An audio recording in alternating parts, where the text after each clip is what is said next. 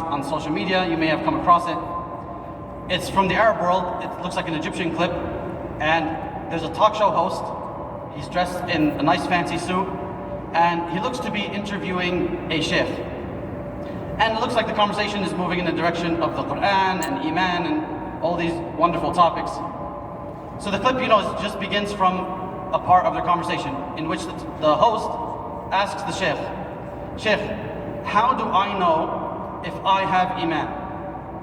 And the last part, he mentions one more thing which makes you think, it really made me feel that this part of the conversation was not scripted.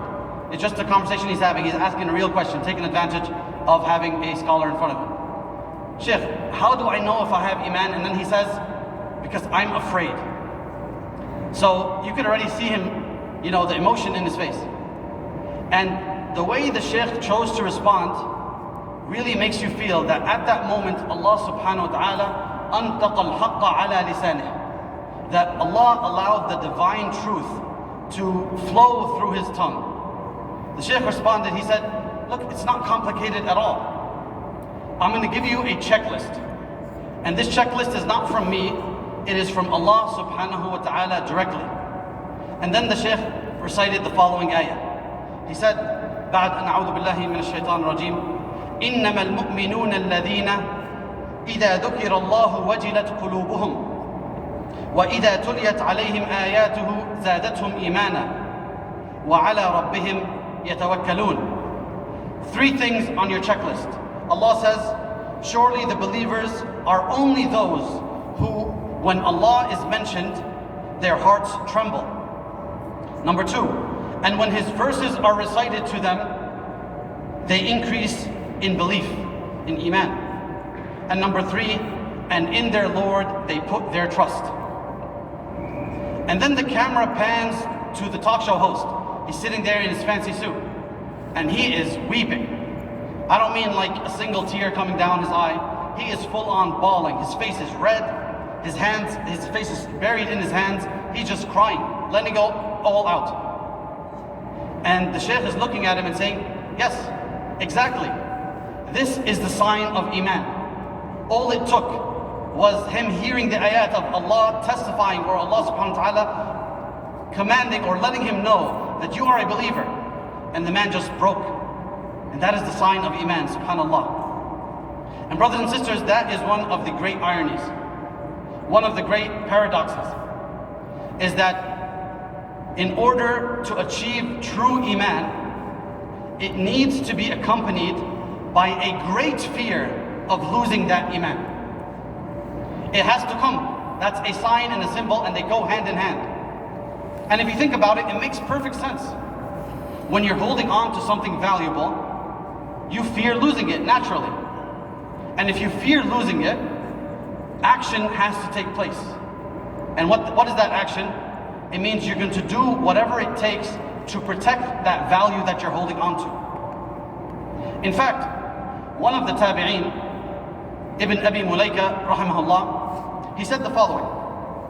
He said, أدركت 30 من أصحاب النبي صلى الله عليه وسلم كلهم يخاف النفاق على نفسه. I met 30 of the companions of Prophet Muhammad sallallahu alaihi wasallam. Each and every single one of them feared falling into hypocrisy. These are the Sahaba, the companions.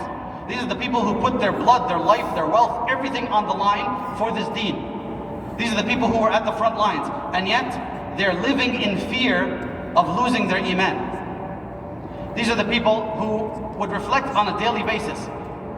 Am I spending enough time with the Quran, with the words of Allah subhanahu wa ta'ala? Have I neglected my integrity? Did I breach it? Is my sincerity actually on point? That decision that I made yesterday, was I preferring dunya over akhirah? Was I preferring my selfish needs over my brothers and my sisters? Was I preferring my desires over what Allah subhanahu wa ta'ala teaches me in His words subhanahu wa ta'ala? They reflected, they reviewed themselves as Allah subhanahu wa ta'ala commands us in the Quran, despite who they were, despite what they did. So that greatness, that strength of Iman, we can stand here now, 1400 years later, and testify to their Iman inshallah, because Allah did in the Quran. We know that they lived and died upon the faith. May Allah ta'ala accept them.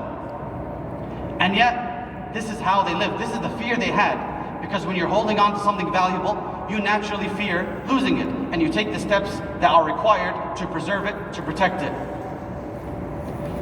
And if you compare that to us today, we live lives full of sin.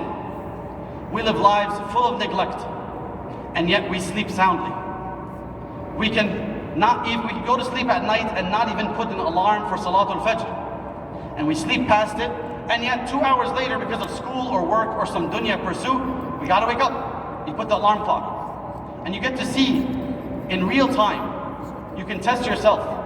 بل الإنسان على نفسه بصيرة ولو ألقى معاذيره. Allah says in the Quran, no, a person is the best witness over themselves. They are a true witness on themselves, even if they throw out all kinds of excuses. وَلَوْ أَلْقَى مَعَاذِيرَهُ. Let him throw out as many excuses as he likes.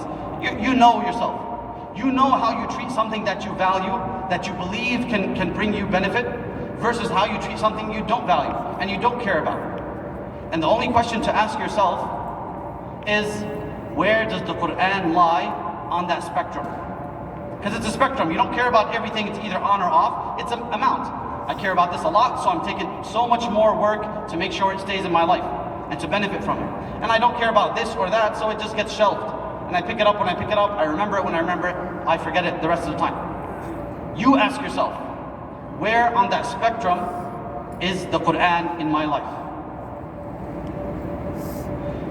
So, I want to mention a few action items for us to take, because I'm a big fan of practicality. I'm a big fan of us leaving with something concrete, something written down, that I'm going to act upon this. It's quite easy to do. But before we mention our 5 action items, I want to reiterate and remind us of our goal. The entire goal of this whole session, from Sheikh Muhammad Abu Talib to this right now, is we are trying to answer one question and one question only. And that is, what relationship should I have with the Quran that will allow me to benefit and to reap the rewards in this dunya and in the akhirah? What should my relationship with the Quran be? We all know where we are with the Quran right now as we speak. We all know if we read 1 page a day. We all know if we haven't picked it up since last Ramadan. We all know how it shows up, if it shows up in our actions. So the question we're trying to answer now is, well, what do I need to change in order for it to affect me like it affected that talk show host?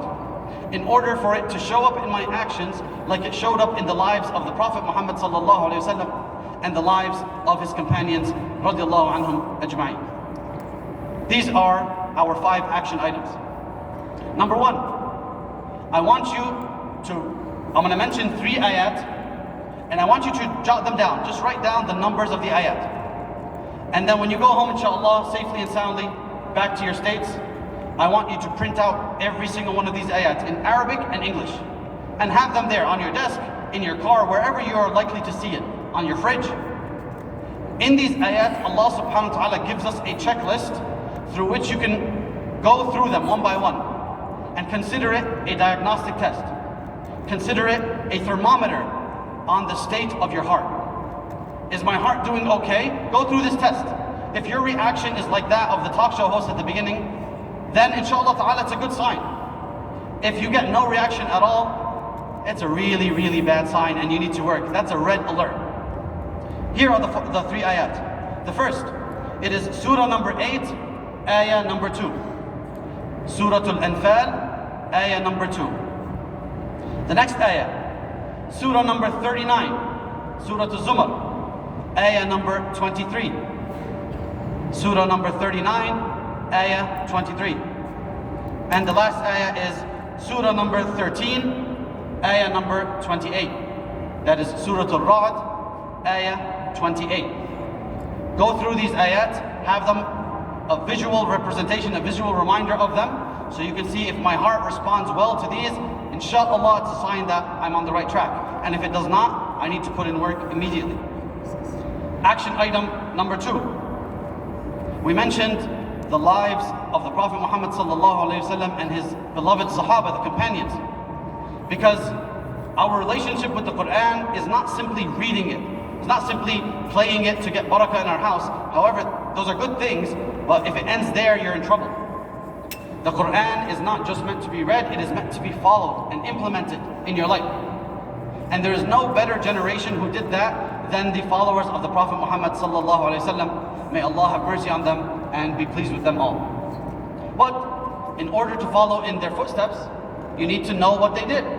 You need to learn about their lives. And the only way you can do that is to put in the time and the effort. So, in an effort to make sure that we have practical steps to follow, I'm going to give you guys 2 suggestions that you can do right now on your phone.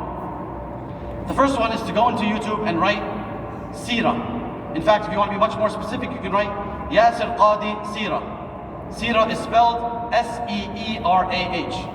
Seerah is an Arabic word. It means the biography of the Prophet Muhammad sallallahu alaihi wasallam. The first playlist that's going to show up on YouTube is 104 videos long. It is the entire detailed life of our beloved Prophet Muhammad sallallahu alaihi wasallam, given in lecture format by Sheikh Yasir Qadi, may Allah Ta'ala protect him. So there you go. That's your morning commute from here until Ramadan, inshallah. Imagine spending that much time with your beloved Prophet Muhammad sallallahu alaihi wasallam and knowing all the details of his life and how he implemented, as Sheikh Muhammad Abu Talib just mentioned, he was a walking Quran. So you want to see how to live the Quran? Investigate and study the life of the walking Quran sallallahu alaihi wasallam. Suggestion number 2 is to go right back into YouTube and write Lives of the Sahaba. Lives of the Sahaba. Sahaba is spelled S-A-H-A-B-A-H. S-A-H-A-B-A-H. Lives of the companions of the Prophet Muhammad sallallahu alaihi wasallam. You're going to come up with a whole lot of playlists from a lot of wonderful speakers and teachers, one of which also is Sheikh Yasir Qadi, which is a 78 video playlist.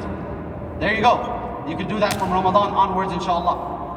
That's your assignment. That's your way to learn how to follow in the footsteps of those who implemented the Quran.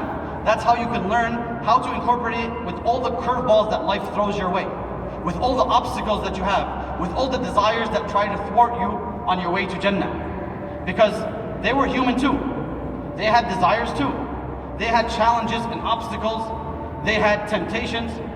And yet they fought. And yet they fought all of those things in order to live the Quran in their life. And when the Quran was recited over them, you would see the tears fall. You would see them fall into prostration. You would see the effect it had on them. تَقْشَعِرُّ جُلُودُهُمْ. Their skins, they would get goosebumps and they would shiver in their skin from hearing the reminder of Allah subhanahu wa ta'ala, and their iman would rise. And that is what we should be aiming for, brothers and sisters. We are living 1400 years later, but nothing has changed. Don't be a person who sees video after video online of people accepting this deen. يَدْخُلُونَ فِي دِينِ اللَّهِ أَفْوَاجًا. People are entering this faith into droves, and they don't even understand what's being said. And yet you see them cry when the Quran is being recited. And yet you, mainly most of us, born into Islam, born as a Muslim, great gift from Allah subhanahu wa ta'ala. And yet we shelve it because we don't value it compared to someone who just discovered this gift. May Allah ta'ala make us of those who value the Quran in its true form.